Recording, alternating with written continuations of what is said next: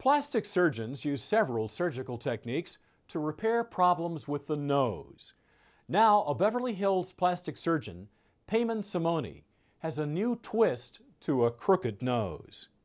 As a rhinoplasty specialist, there are two things I do differently than other plastic surgeons.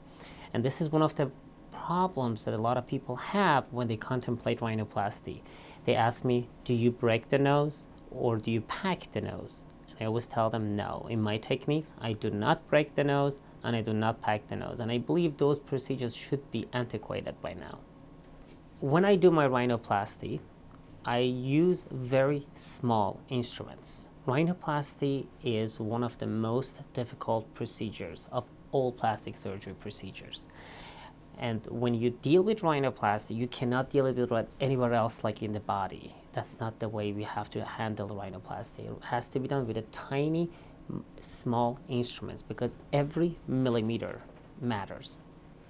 The first thing I do is we'll set the patient to sleep.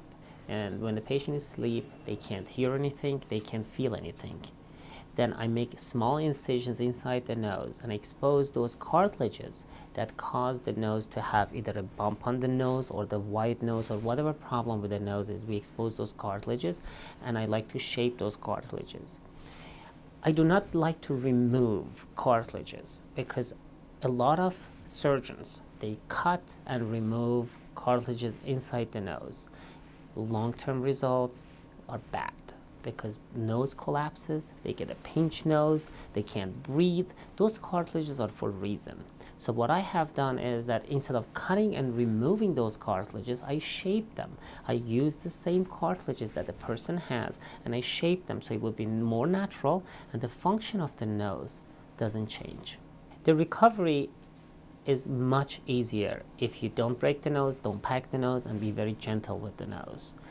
Most of my patients, they go back to the work or school 7 days after. They don't get as much as bruising, they don't get as much swelling, they don't get as much as bleeding that people get with a traditional approach.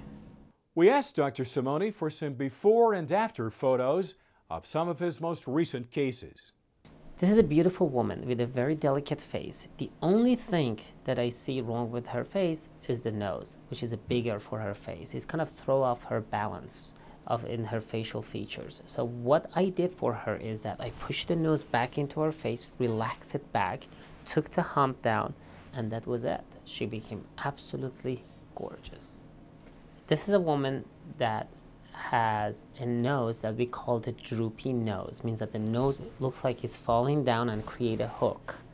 In this case, I had to lift the nose up and bring the nose in towards her face so she doesn't look as big, and I took the little hump on top of her nose and made her nose completely perfect for her face.